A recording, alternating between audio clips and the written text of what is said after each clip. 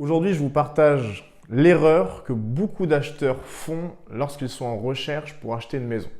Quand les gens recherchent une maison, on dirait que c'est un réflexe plutôt naturel. Tout le monde se dirige vers la maison qui est la plus belle, qui est clé en main, qui est rénovée, que 99% des gens vont aimer.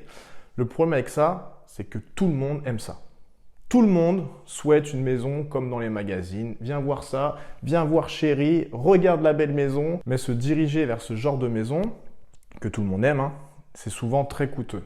Et je le répète tout le temps, il faut absolument être ouvert à d'autres opportunités. Quand on recherche une maison, on est dans l'émotion. On veut ce qui est beau, on veut une belle maison, ok, on veut une belle cuisine, on veut un beau plancher, une belle salle de bain, bref. C'est comme dans les bars.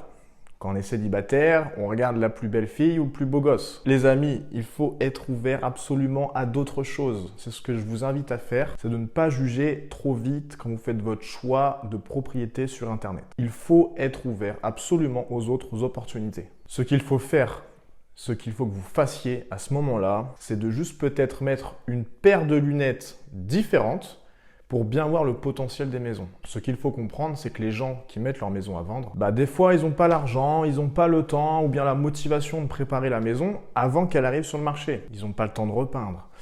Ils n'ont pas le temps de désencombrer les pièces.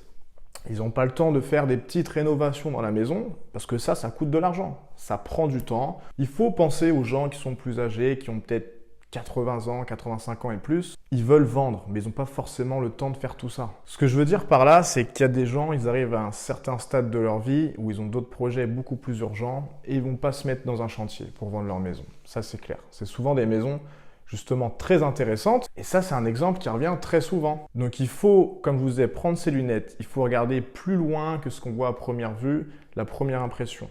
Non, moi, je veux pas les visiter, c'est pas beau. Hey! Tranquille, c'est juste de la peinture. Pas de stress. Peut-être que vous allez voir une maison qui a un tapis des années 50. Les amis, en dessous du tapis, il y a peut-être un beau plancher, bien sympatoche, un beau plancher en bois bien rénové. Ce qu'il faut faire, c'est pas tomber dans le piège de juste regarder une sorte de maison, mais il faut regarder tout l'inventaire. Et c'est là que les opportunités sont cachées. Il y a beaucoup moins de personnes, surtout, qui les regardent. Il faut aller les voir, ces propriétés qui sont moins populaires, qui sont moins sexy, moins attrayantes, mais qui se cachent des très belles surprises. Si vous avez des questions en tout cas sur l'immobilier, sur un futur projet dans 2 mois, 6 mois, 1 an, 2 ans, on s'appelle, vous m'envoyez un petit message, que ce soit achat, vente, financement, tout ce que vous voulez. Moi, je suis là pour toujours répondre à vos questions avec grand plaisir. Puis d'ici là, surtout, prenez soin de vous et portez-vous bien. Ciao!